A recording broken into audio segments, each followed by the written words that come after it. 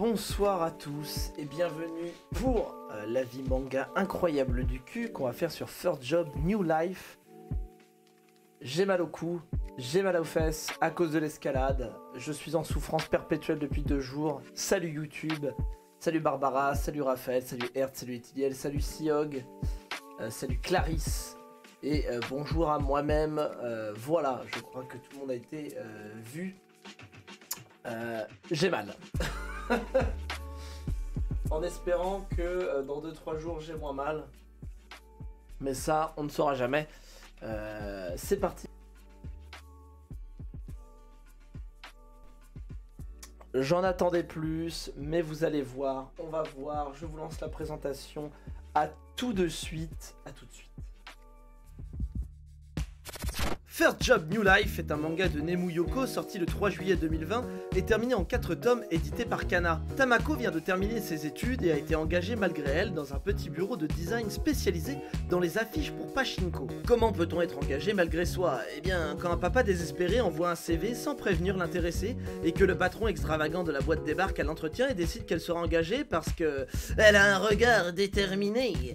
Ainsi commence la vie professionnelle de Tamako dans cette boîte aux conditions de travail désastreuses, peuplée de gens étranges mais affectueux. Et puis il y a sa vie amoureuse qui balance entre 2 jeunes hommes gravitant autour d'elle.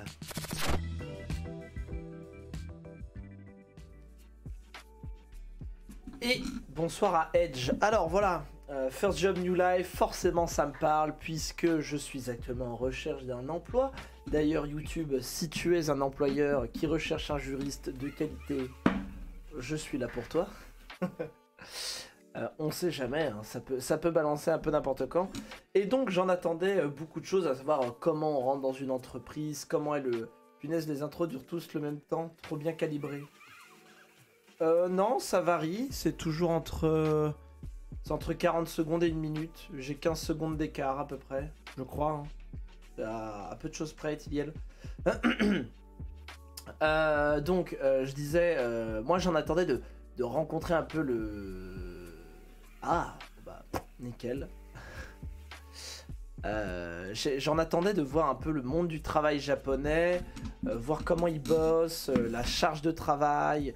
Alors c'est pas un manga qui va parler en fait trop de ça. Ça va être, certes, on va être dans un univers du travail et va être mis en avant le harcèlement fait aux femmes qu'il y a au Japon et les conditions de travail souvent dans des petites structures. Mais le manga en fait ne pointe pas son doigt dessus. C'est ça qui est dommage. C'est que le manga va plus parler d'amour. Pas que l'amour, je déteste ça. Hein. Moi j'aime beaucoup les ouvrages qui parlent de l'amour, évidemment. Mais là, ça m'a dérangé dans le sens où on me vend le truc comme un truc qui va être fait sur le boulot et sur comment ça change une vie de travailler. Alors qu'au final, ça reste juste une toile de fond, sachant qu'en plus le truc est assez cool parce qu'on va parler de design dans les Pachinko. Bon, bah, les affiches de Pachinko, je pense que vous ne connaissez pas. Le Pachinko, c'est un peu une machine à sous avec un flipper, c'est très connu au Japon. C'est très souvent géré par les mafieux. Donc on aura pu parler de tout ça. Mais il n'en est rien, enfin même si c'est en toile de fond, hein, je veux quand même le souligner. Mais là on va parler vraiment d'une jeune fille qui est mal dans sa peau, qui est assez masculine, enfin qui n'est pas féminine, elle n'est pas masculine mais elle n'est pas féminine, on va dire que voilà, il y a tous ses collègues qui lui reprochent qu'elle ne prend pas soin d'elle, qu'elle fait trop garçonne, qu'elle ne met pas de maquillage, qu'elle n'est pas très jolie. Donc le harcèlement, tout ça, un peu de pression sociale comme le Japon aime bien en faire. Ça, des choses très heureuses. On aime le Japon, mais des fois le Japon est un connard. Donc ça va traiter un peu de ça, mais c'est pas mis en scène dans le manga comme étant quelque chose d'horrible. Et c'est dommage parce que le harcèlement, je vais pas vous le cacher, c'est horrible. Donc bon, ça aurait été intéressant que le manga en parle de cette manière-là. En termes de dessin, on est sur un manga shoujo plus.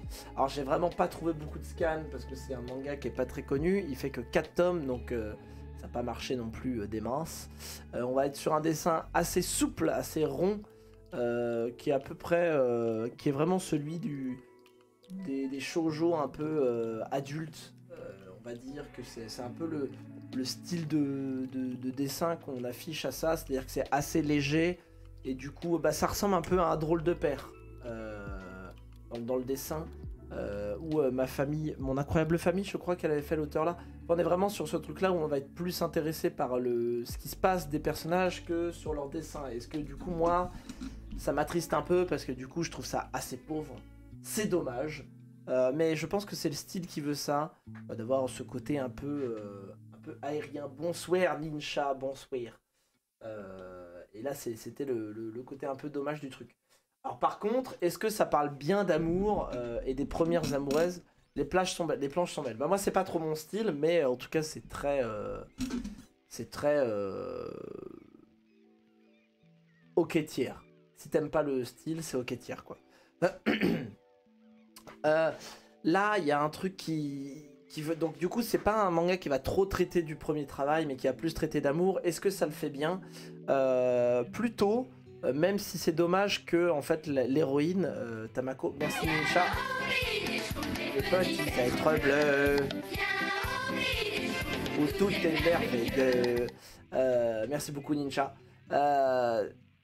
Le truc qui est dommage, le bruit, ah bah c'est pas grave, hein, c'est comme ça, c'est le jeu, hein, c'est le live, hein, je ne contrôle pas tout. Je ne contrôle pas tout. Si il y a un raid de 1 milliard de personnes, bah voilà, on sera 1 milliard dans le chat et puis c'est tout. Le souci en fait que j'ai avec ce système là, c'est que non seulement c'est son premier travail, mais en plus elle a jamais été amoureuse, donc elle a jamais connu quelqu'un. C'est une noobie en tout. Et moi ça me gêne parce que ça en fait une personnage qui est assez lisse, dans le sens où elle va devoir tout apprendre. Et bah, en plus d'avoir l'air bah, toute nouvelle, elle a l'air un peu nunuche. Enfin, en fait elle manque de personnalité, c'est-à-dire que elle est... Je saurais pas dire ce qu'aime Tamako, vous voyez. Elle aime le design, mais on sait pas si elle a fait ce travail-là parce qu'elle aime le design forcément, si elle est à l'aise avec les gens, alors que tous les personnages secondaires qui gravitent autour d'elle, eux, ont plus ou moins une personnalité travaillée ou pas. Alors, est-ce que c'est une volonté de l'auteur de dire que quand on est à son premier travail, on est forcément effacé par rapport à ses collègues qui sont là depuis plus longtemps que nous, et que du coup, derrière cet effacement, on est juste un forçat du travail et on est obligé de travailler, et après on pourra mettre notre personnalité. C'est peut-être une bonne mise en scène, mais le problème c'est que le manga est en 4 tomes et du coup je pense pas qu'il va avoir le temps de faire, enfin de le développer. Ce qui est dommage d'ailleurs parce que il y a une scène qui était pas mal. Il y a une scène où à un moment donné elle part d'un endroit avec d'autres collègues différents, et elle a vécu des moments intenses avec eux, des joies, des pleurs, etc. Et le truc qui est bien venu là-dedans, c'est que les collègues ils font bah salut quoi, et il y a pas plus, il y a pas y a pas une petite fête de départ, il y a pas un pot, il y a rien, elle était pas là depuis longtemps, et elle se rend compte qu'en fait ça ne restera de toute manière que des collègues. Alors ça arrive parfois que quand on rentre dans une entreprise, quand on part dans l'entreprise, oui, les collègues ils avaient beau être sympas, on avait beau les apprécier, on les reverra jamais. C'est pas tout le temps le cas, mais faut bien se dire que même si ça fait 3-4 ans que tu es dans une structure, dans une entreprise, et bah parfois la vie est une pute, mais la seule chose qui nous rapprochait, qui nous reliait, c'était le travail. Et maintenant qu'il n'y a plus ce lien de travail, bah au final on s'en fout et on se reverra jamais quoi. Donc ça c'est bien traité. Et il y a aussi le question de comment... Salut Mel, coucou, coucou, ça va bien. Enfin ça va bien, je me plaindrai après l'enregistrement YouTube, pas sur YouTube, on va pas trop se plaindre. C'est physiquement. Et donc il y a ce truc là je trouve qui est pas assez traité, et c'est vraiment dommage. Et il y a aussi tout ce côté travail japonais, à savoir dormir au boulot, c'est normal, il y a un lit dans leur structure. Les gens font des nuits blanches, ils trouvent ça normal. Et c'est là que le manga est pas assez dépaysant pour nous, français. Enfin si, il est dépaysant dans le sens où on va être étonné qu'il se passe ça, que les gens travaillent jusqu'à pas d'heure, et dorment sur le lieu de travail, et dorment sur un matelas dans une pièce encombrante dans l'entreprise. Mais si vous voulez, c'est pas traité, c'est pas expliqué, c'est pas pédagogique pour un français. Bah, si tu connais un peu le monde japonais, bah oui, tu sais qu'ils travaillent beaucoup trop et leur travail c'est leur deuxième maison, voire leur première. Mais pour un japonais qui lit, bah, c'est normal, du coup on n'explique pas ce qui se passe.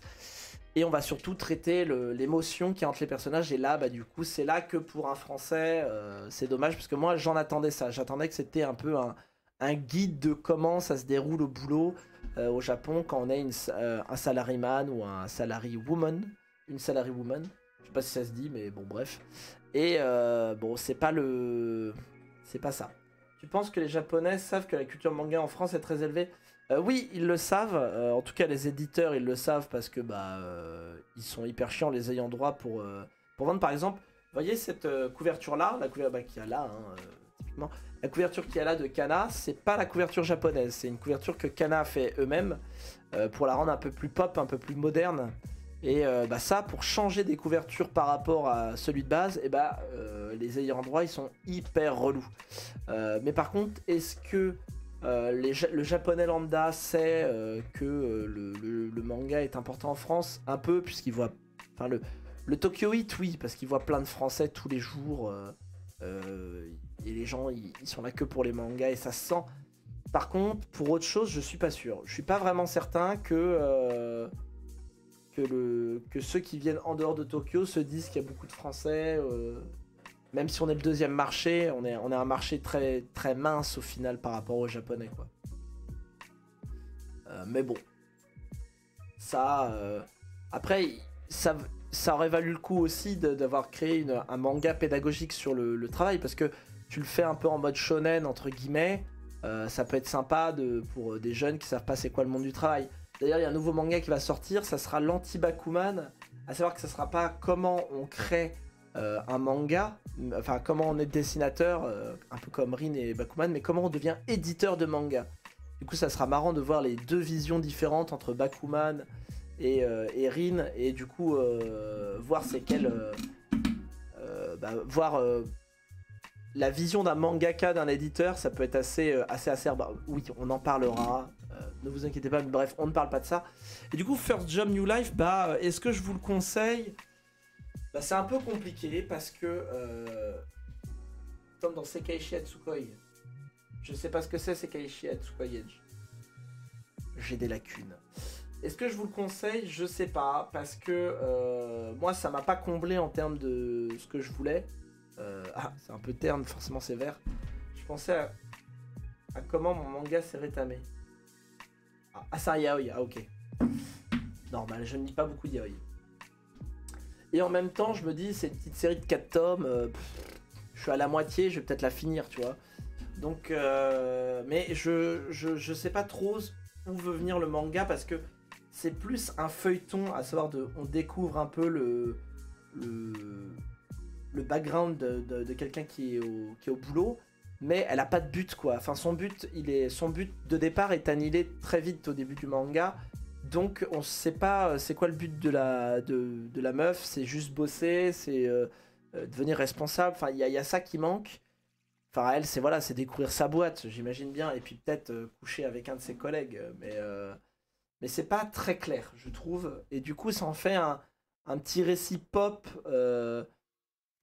qui a le cul entre deux chaises. Voilà. Après, c'est pas nul, hein, c'est loin de là. Hein. J'ai même eu plus de plaisir à lire le 2. Ça peut être intéressant pour le côté harcèlement. Alors, c'est dit comme ça, c'est un peu bizarre. Mais voir comment les Japonais traitent le harcèlement au travail. Comment on voit les problèmes dans une entreprise. Comment le harcèlement est très... Salut Léonore. Un salaire moyen pour lui de manière modeste. Yeah. Salut à toi.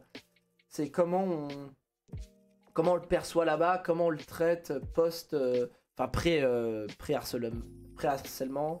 C'est un peu étrange parce que bon, les Japonais, voilà, ils vont pas dire que c'est que de la faute de la meuf, mais c'est entre bienveillance et voilà, c'est C'est une ambiance un peu... quand on est français, on fait...